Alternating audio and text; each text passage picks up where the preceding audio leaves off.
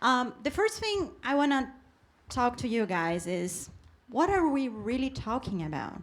Net neutrality is one of those terms where you have a broad range of definitions. You can be talking about different things under the same name or under the same title. And it's really interesting when discussions started and you get this feeling you are not talking about the same thing. You are calling it. Anyway, so when we think about net neutrality, the core is on the network, right? For the engineers in the room, this will be perhaps a silly presentation. I will do it right now, a definition, but let's remind what it is about the internet. What is the difference? When you send an email to someone, what happens? This information is divided into the packets, and those packets go all over the network in different paths, perhaps in different pipes, let's say, and they go to the destination, they go together, and the message goes for whoever it needs to be, right? So one of the first technical needs on this, or takeaways, is the intelligence is on the edges. You need to have the dumb pipes. We say the stupid pipes. It might seem offensive, but it isn't. What does that mean? It means the less information you have in the middle, the more quick and efficient, it's the best effort to get this package, this data flowing where it needs to be. And so that's the big thing on the internet, right? Behind the internet, if you want to say. So when we think about net neutrality, this is important to be reminded. We're talking about the efficiency of the network, but also on the edges within the user. We're talking about how to make the high quality, or to make sure that the users get the best experience out of it, out of the internet use. We had a lot of, we've known the happy cocktail from you guys yesterday, which is very nice. So this happy thing came out of my mind. So anyway, and how do you do that? You need to consider a lot of information. When I was saying here what we are talking about, are we talking about freedom of expression? So the need to have no oversight over content, to not go into deep package inspections, to block according what is inside the message. Are we talking about non-traffic, non-discrimination of the traffic in the network management?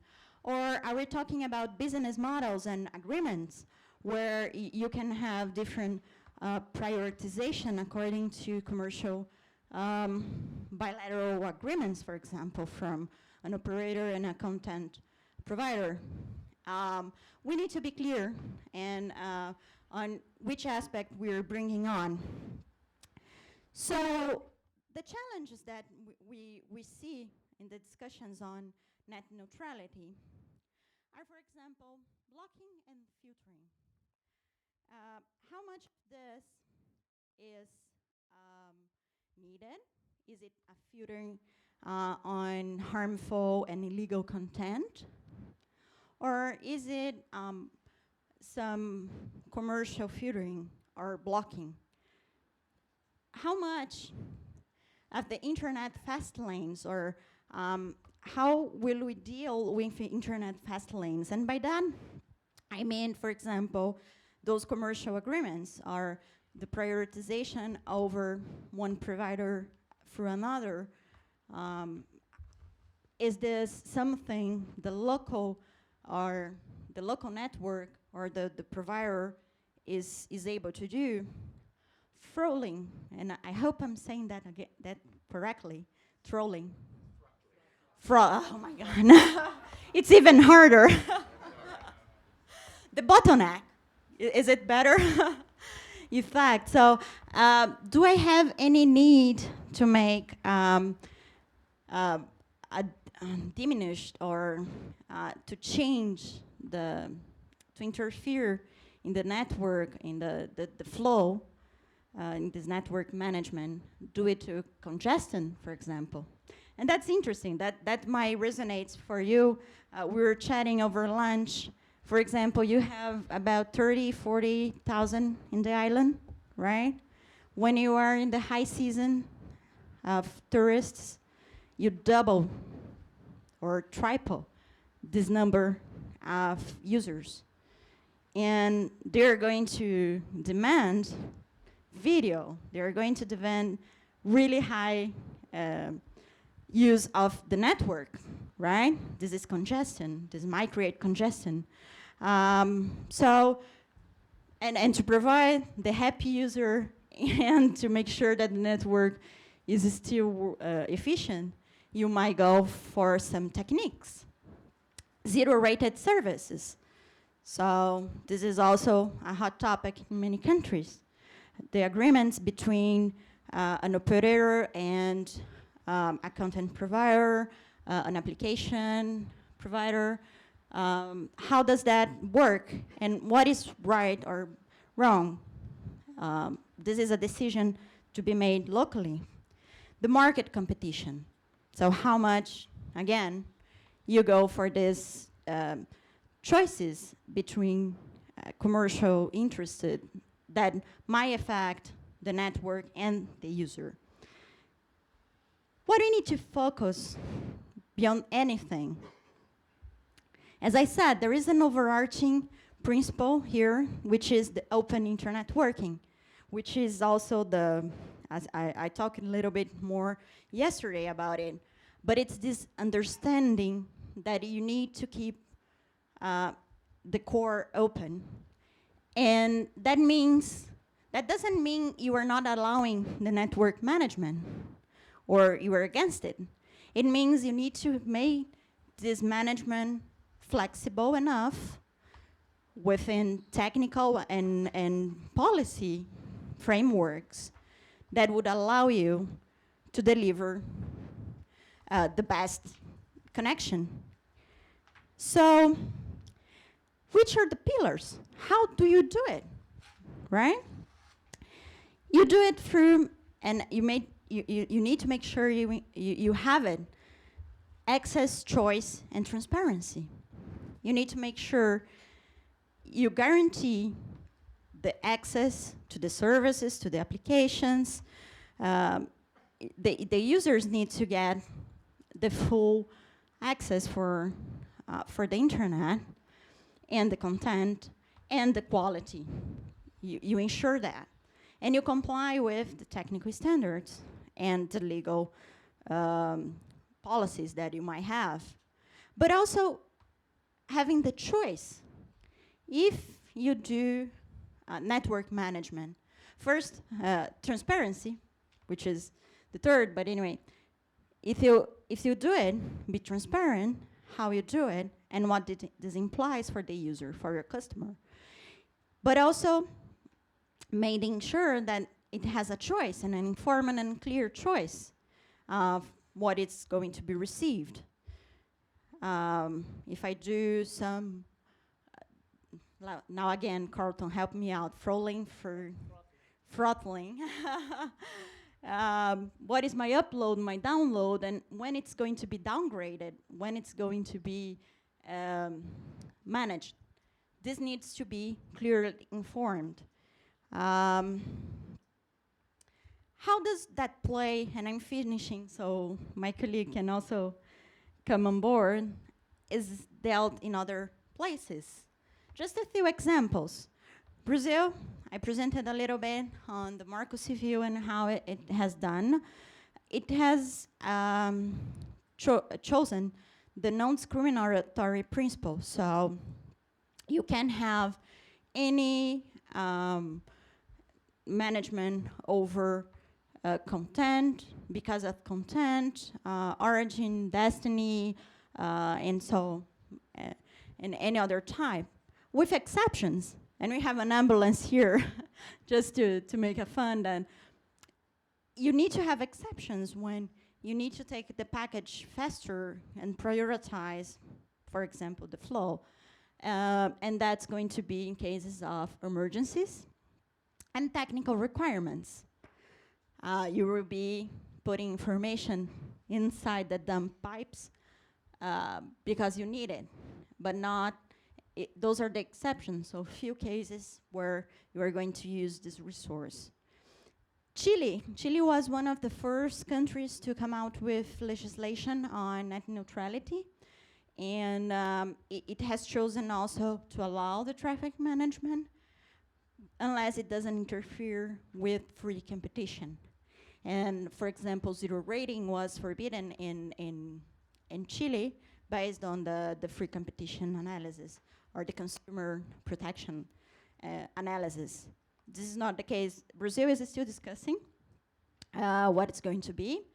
Some other countries, Colombia has also gone like Chile, so this is still uncertain.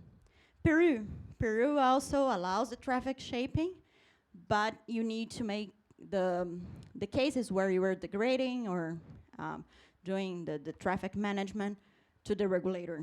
It goes for the commission. Holland, so the Dutch has decided to go the net neutrality rules are only applied for the public internet. Denmark has established a commission that sets a code of conduct, so it's a self-regulatory setting.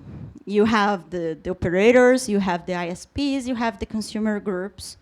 Under the regulator works as a secretariat to define the code of conduct.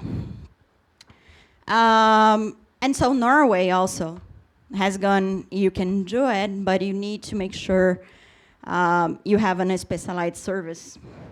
And Japan put the regulator as a mediator, but it encourages the market to have the free access, the free connection, and to apply to the technical standards.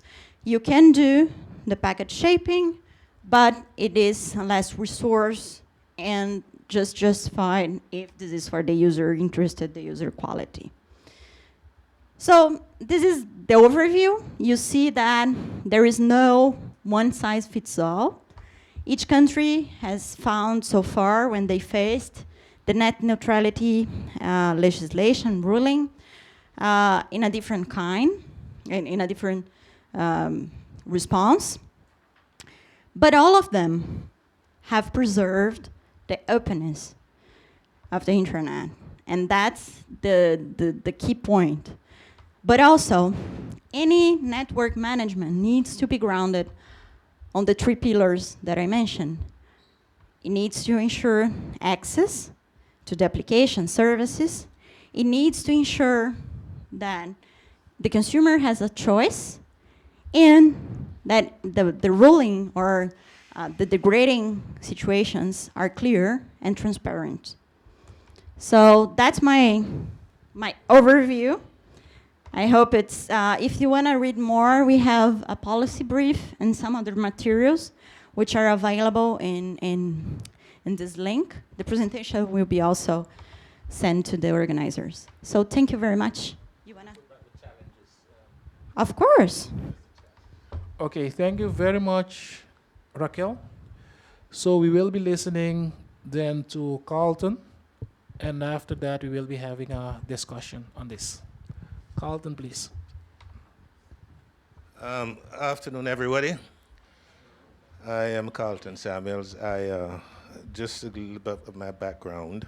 I teach at the UWI, Information Science, and I was formerly the CIO and University Director of IT at the university. I now mainly do consulting work in regulation and technology in development, ICT for development. I am thankful for the organizers for giving me a spot on this agenda. And I'm going to address myself to the challenges that we see arising in the Caribbean region. You should know that just for declarative purposes, I am a consultant. I advise, and I have been called to advise on public policy issues with Google. And so you know what the background is. They've asked me to advise, and I've advised them on public policy issues with Google. So let's talk about network neutrality. Thank you, Raquel, for putting up this slide, because I need go no further, because these same issues are the ones that resonate across the Caribbean.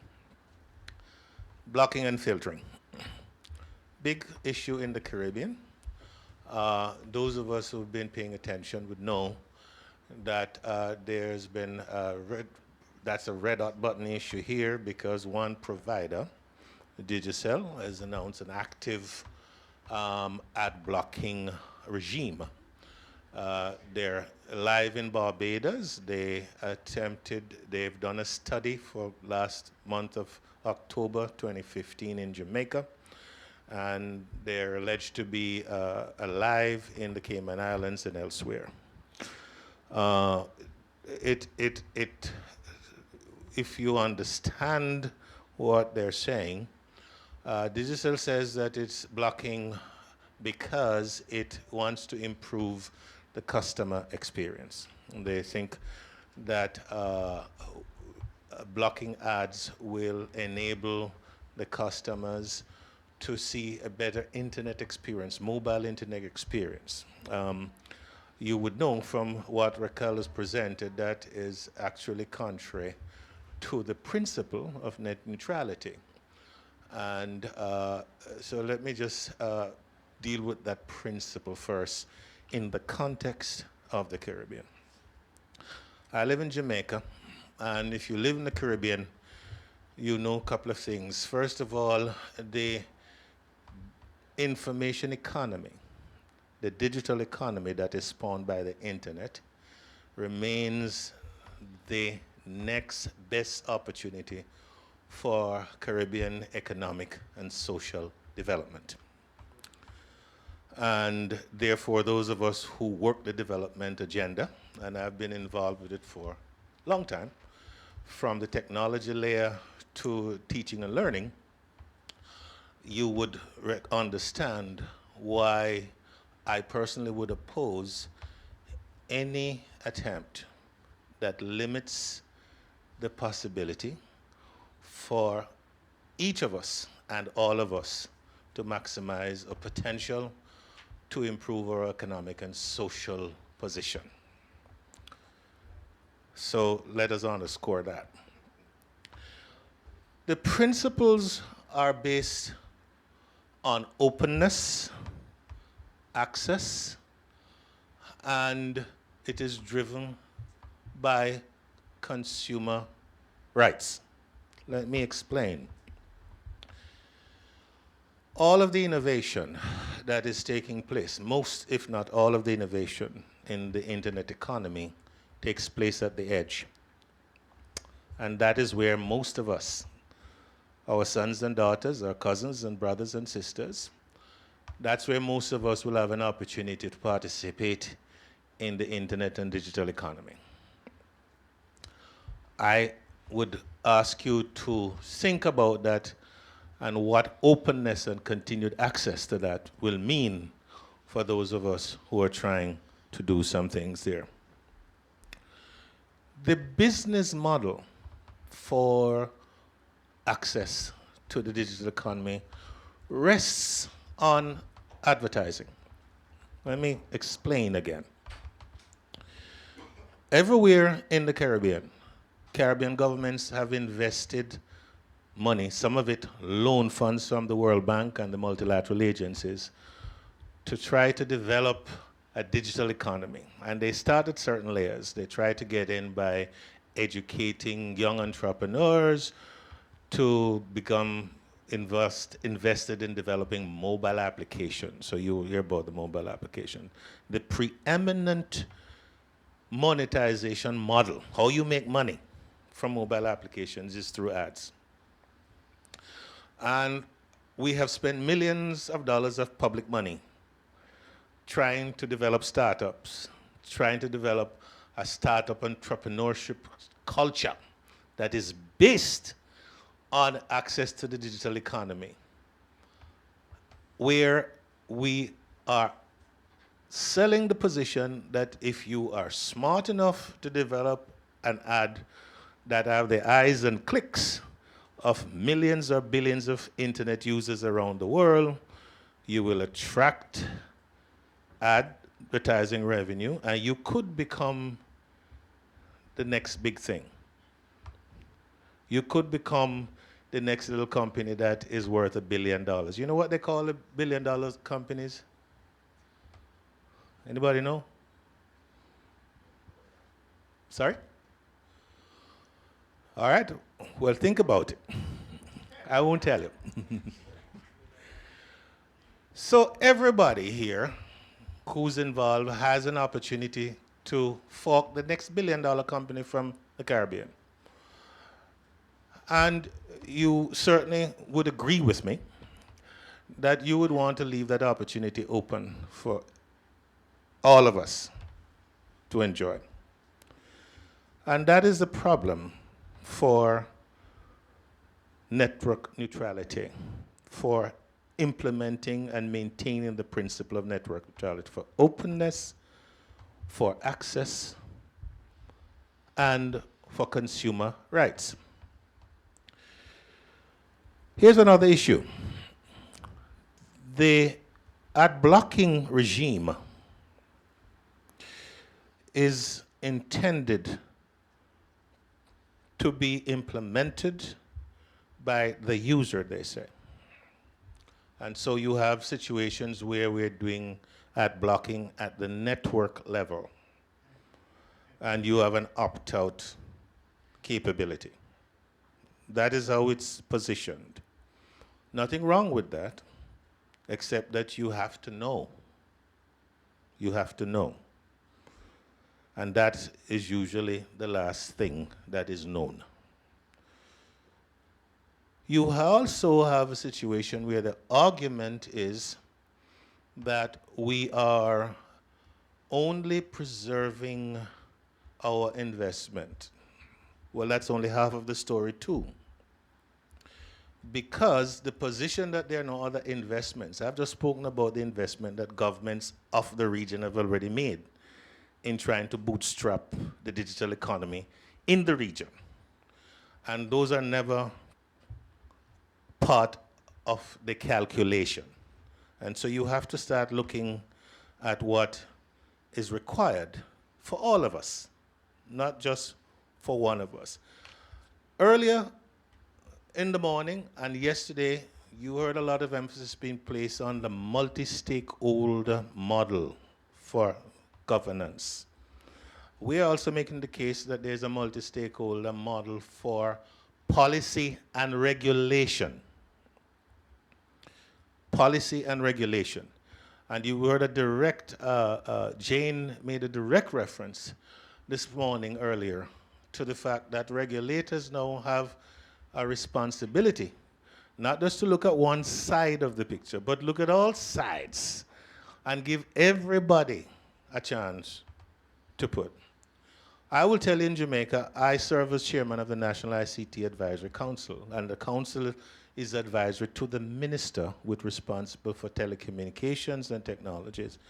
And the council took a very direct position to it and gave the minister our advisories. We are for network neutrality in all its form. We don't believe that you should discriminate by packets from source, whatever the source, whoever the color, whatever the application, no discrimination.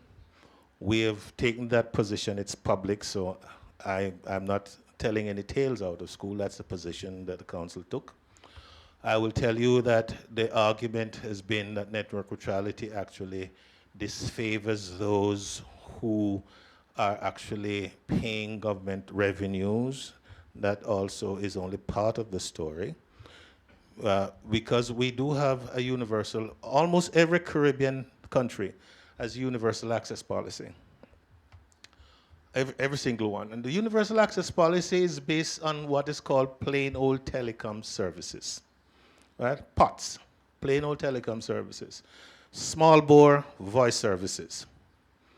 Even the providers now know that that is a model that is going away. It's getting killed by changes in the technology. And they know it. And one of the things we have to be doing as regulators around the region is to refashion what universal access means now to broadband access. We are now in the throes of fashioning a universal access policy, universal policy, that actually embraces broadband access as the bottom line requirement, right? Times have changed. I mean, 1983, I got into the business. I worked for a big North American telecoms company. I come from the telephony end, right? I come from the telephony end into the business. That's where I got my start, AT&T telephony, right? And it happened, it was coincident with the time that the breakup of the Bell system. Anybody remember what the Bell system was? Okay. And I was a young engineer at the time, and I am actually hearing the exact same arguments being used at the time for why we oppose the breakup and the regulation. I just ask you to think a bit about what has happened in the world of telecommunications since 1984. Just think about it for a minute. What has happened in the world since 1984? Do you believe it's been good or bad? Do you believe that consumers and users have benefited immensely? If you think those things through, you will understand why it is that network neutrality is an important principle to embrace. Because most of what has been spawned by the internet has been made possible by the network neutrality principle implemented. All of the access, all of the 3+ billion people who are now on the internet, all of the access growth that you see around the world in your region. Let me give you a case of Jamaica. In Jamaica, you had, prior to internet, you had probably 20%, 10% of the country that had access to telephone service, plain old telephone service, right? When you got a line, you were considered privileged. Digicel came into the market, and I happen to know because when they came to see us. We were in a small company at the time called CCS Jamaica Limited, and we worked for Neil and Massey. And my partner and I, Herman Atheus, they came to see us. Seamus Lynch and Dennis O'Brien came to see us on Balmoral Avenue. And he said to us, look, we hear you guys are old telecoms guys. Everybody tell us that you youngsters are telecom guys. We are coming in to that. We need to offer some services. We actually put in the first Ericsson switch that Digicel bought to Jamaica. What happened in Jamaica rewrote all the rules in telecoms competition.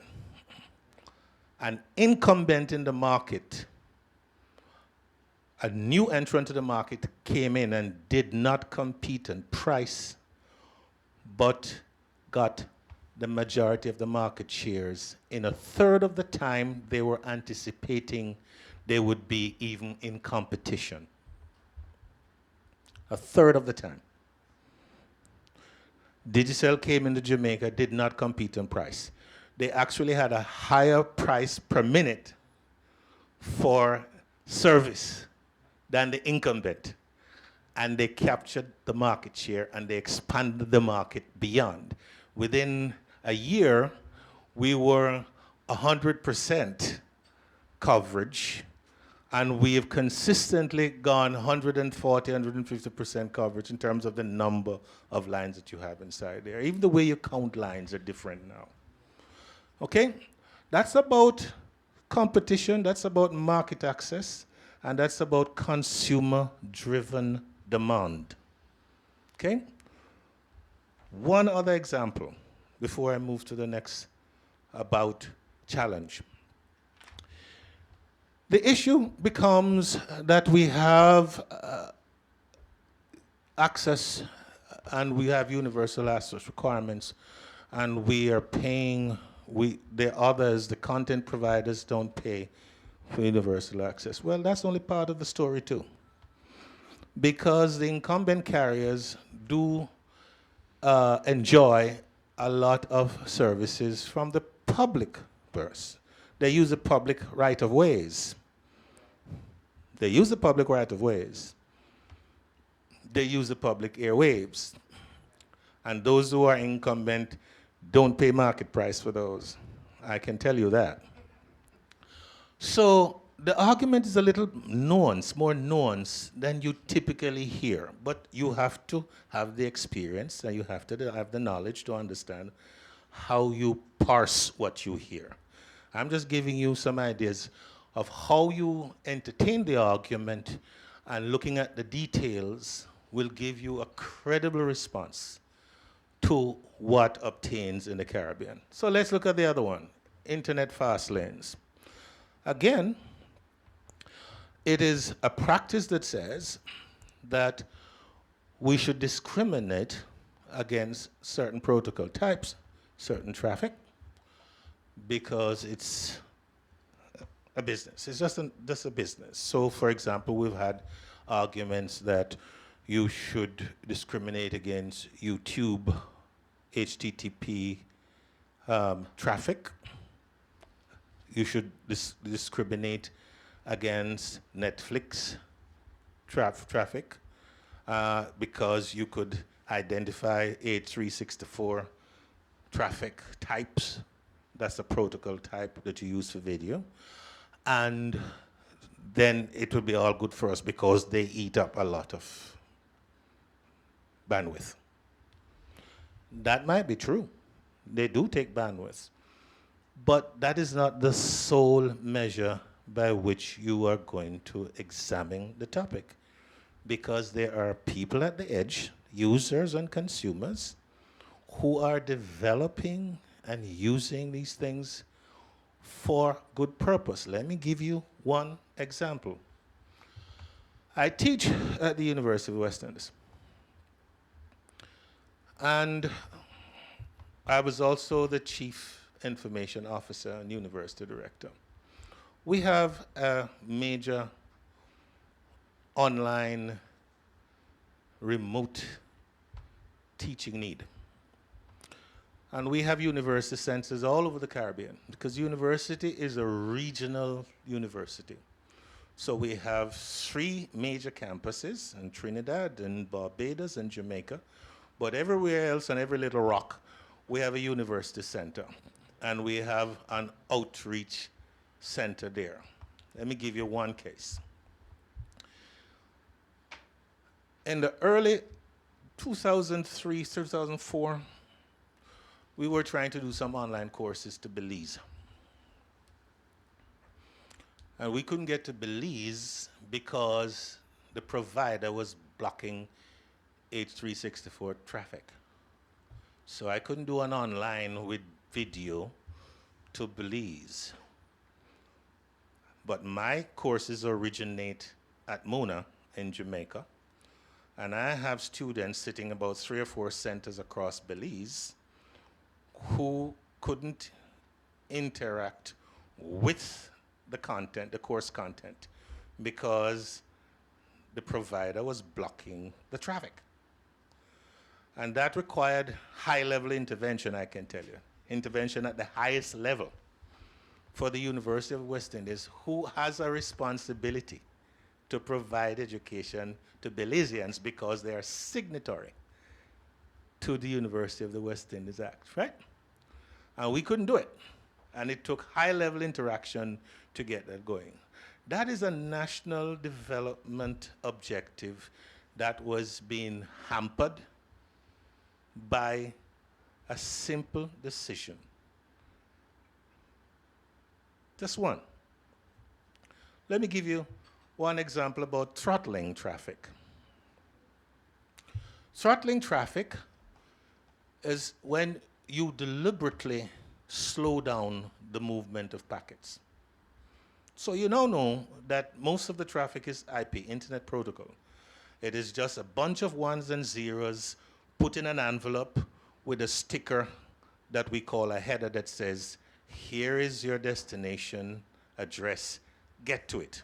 And you put it on a wire, and it's routed. And you hear about routes. You've heard our friend Mark talk about routes since morning. It's routed to the destination. So think about supporting an application. I am CIO and University Director of IT.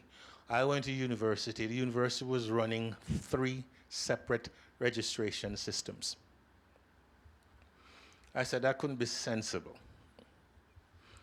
So I said, we're going to have one single registration system. We have internet access. We are going to ensure that everybody get onto this platform. We have would have simplified the management of it.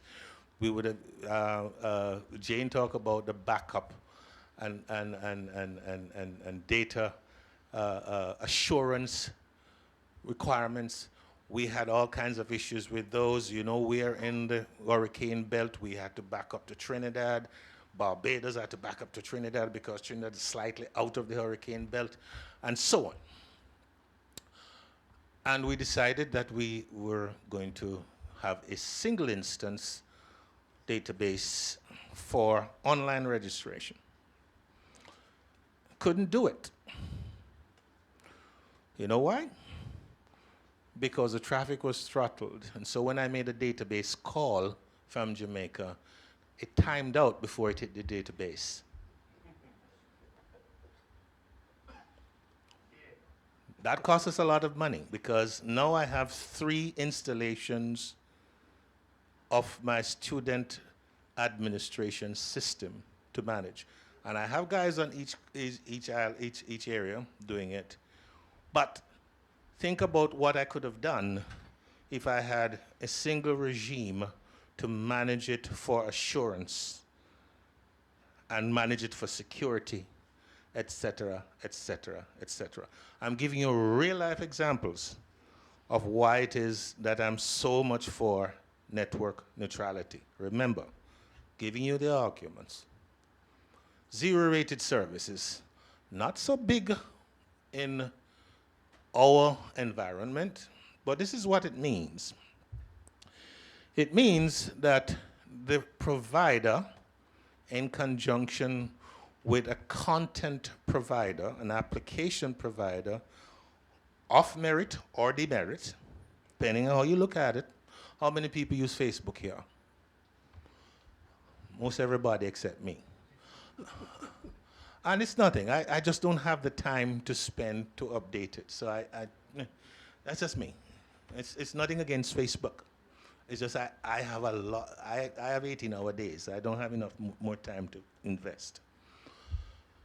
So they make these arrangements that says that you can see various parts of content that's available online from the cloud that will not impact your data plans.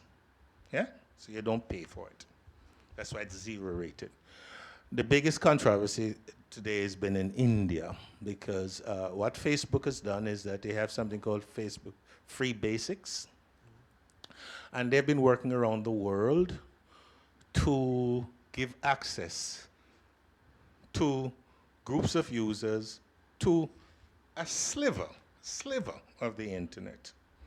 Because most people don't know that Facebook is on the internet, by the way. It's interesting to read. The Telecommunications Authority in India did a very good study and release. By the way, they're very good at, if you ever want to have some good information on which to base regulation, or just to inform yourself, I would recommend the authorities in South Africa and in India. They do some very good research papers on some of these issues. So TRAI, Telecoms Regulation Authority for India, if you look it up, they have lots of good background documents on some of these issues. So they went in and they, all over the world decided we will work with a provider and you can get access to this set of services at no cost to you. Well, it's been the telecom regulatory authorities of India has not accepted that. And they have voted against that because they say it makes people believe, among other things, of course, it says that it distorts the market and it makes people believe that they're actually going to the full internet. And they were not assured that those of the people who use it after a while could upgrade to the full internet without impacts and so on. There's some various things about it. It sounds very reasonable, and maybe it is for India, but let me tell you how I look at the issue. Our issue is access and cost of access. Access and cost of access. Our interests from a development, both social and economic development perspective, is increase access and reduce the cost of access. See how those things dovetail? If your interest is economic and social development, you want each of us to be able to reach all of us. That's the value proposition of the internet economy, and the value proposition, or the actual opportunity index that you must use for the digital economy. How many people you're reaching, how many clicks you can get, right? So anything that actually encourages and provides access is something that we should look at keenly. Anything that provides access at reduced cost to those who don't have access is something that we should examine keenly. I'm not saying that you should embrace it without thinking. I'm suggesting that you look at it cleanly, because remember what our interest is. In my opinion, the Caribbean interest is inexorably access and cost of access to improve social and economic development.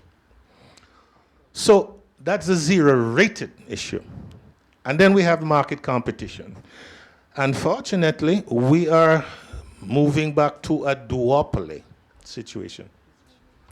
Duopoly situation in the Caribbean basin. Because we have two major, in the last little while, you probably know that Flow was bought by CWC. And so the Lime Flow merger is going on right now in all of our markets. And you have Digicel as the other major provider. So for our regulatory environment, that poses some new challenges. I will say straight up, the regulatory framework, the laws on which we are based now, and there's a lot of work being done on improving the legal framework. All the telecommunications laws around the region are now subject to renewal, and there's a lot of that happening there. But as it stands at the minute, the regulatory and the legal framework is simply not fit for purpose for this new dispensation. And that's just some of the issues that I thought we could think about for the Caribbean region. Thank you very much.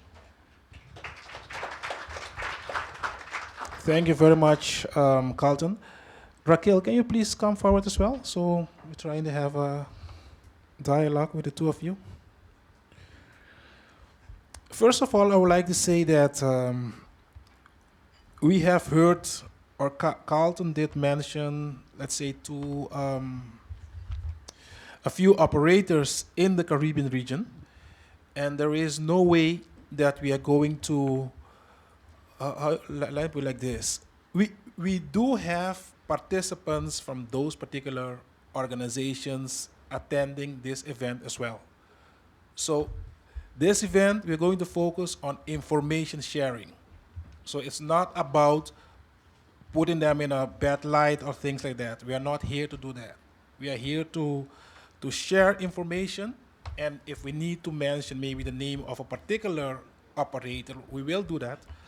But let's do that with respect. Let's do that with respectfully in order, I mean, to keep, not to keep, but given that we have, they are our guest here as well. So let's just take that as a point of departure. So Carlton, you basically you did cover, let's say, all the challenges that we, based on what Raquel said, you went more in depth with respect to what is going on in the Caribbean. So my question would be, what should we do now? Because we know what is happening, we know what the challenges are, but especially operators and policymakers, what should they do? And let me start first, although I did address it to you, but let me start first with Raquel to hear her view as well, because we know what are all the challenges in the world and also in the Caribbean, but what should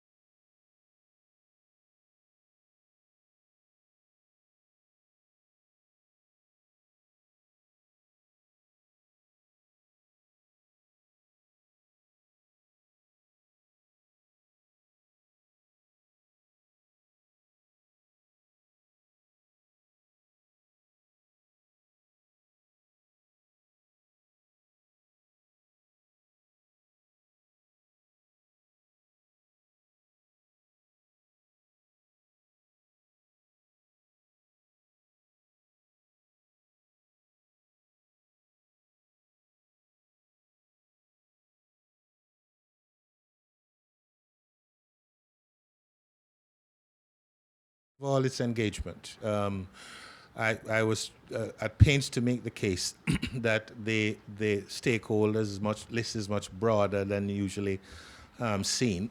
So, with respect to regulation, understand that consumer interests and consumer rights are paramount for the policy framework for setting policy, ensure that civil society and all groups who are interested have a hand in determining what the policy perspective is. And certainly within the regulatory framework, we should base the regulatory framework on good practice and in the legal framework. And that's where I think a lot of the policy perspectives ought to take shape. Look at the legal framework that exists and ensure that it is now fit for purpose. Most of our legal, the laws related to telecommunications and regulation, they really need an upgrade, an update.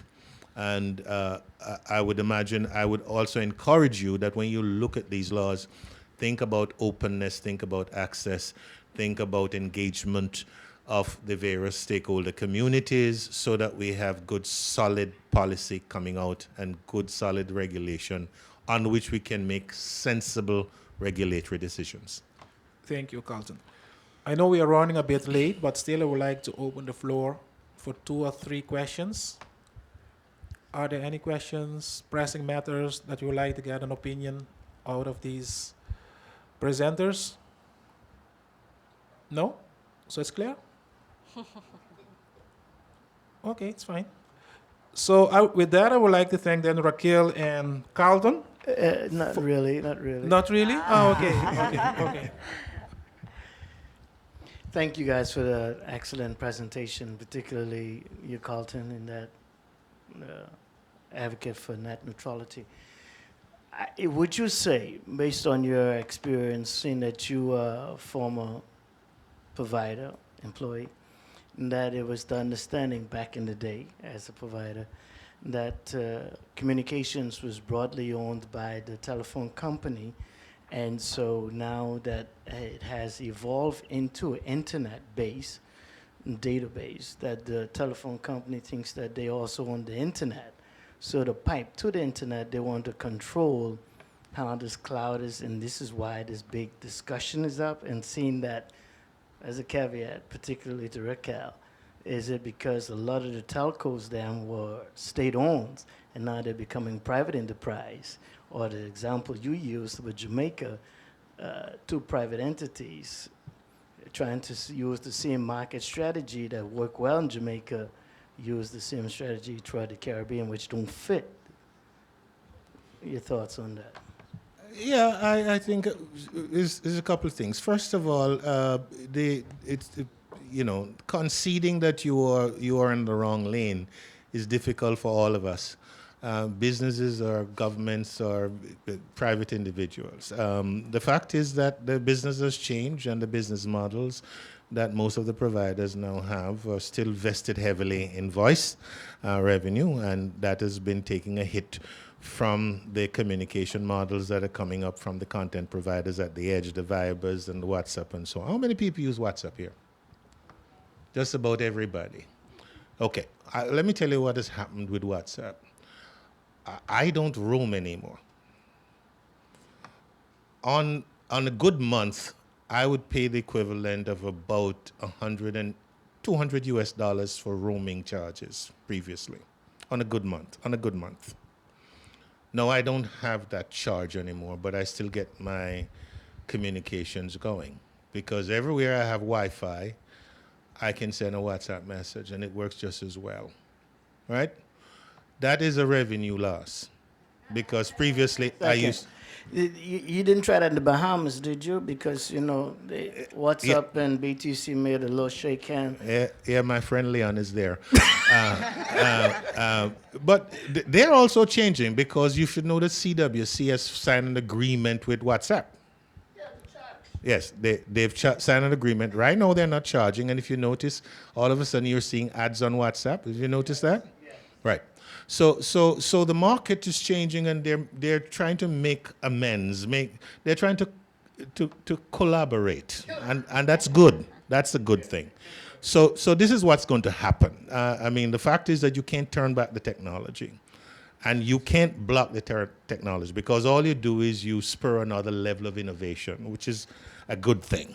So there's going to be accommodation in the end. But as usual, you're going to kick and scream till you get to it, but you'll get to it eventually. That's my position. We will be having a session on OTTs as well, so I think there we will be having the opportunity to addressing these challenges. So with that, I would like you would like to say something? Okay. Yeah, just to tell, just one thing, picking the hook from Carlton. One of the blocking in Brazil regarding those court laws and data requests was to block WhatsApp for, they tried 48 hours, but the court order was taken down in 12 hours. What happened is in about 4 or 5, or less than that, 4 or 5 hours, the blocking was happening. Telegram won over 1 million users. Yes. Everyone migrated. That's what we are calling social resiliency to the blocking. So you are not changing the culture. You are not changing the use. You are just changing shifting. Yeah. Shifting. So just keep that in mind. I think it's important. And I won't advance the question. OTT is probably being tackled, and it will come with the telecommunications and internet industry. Okay, thank you very much, Raquel. So let's give them a round of applause, please.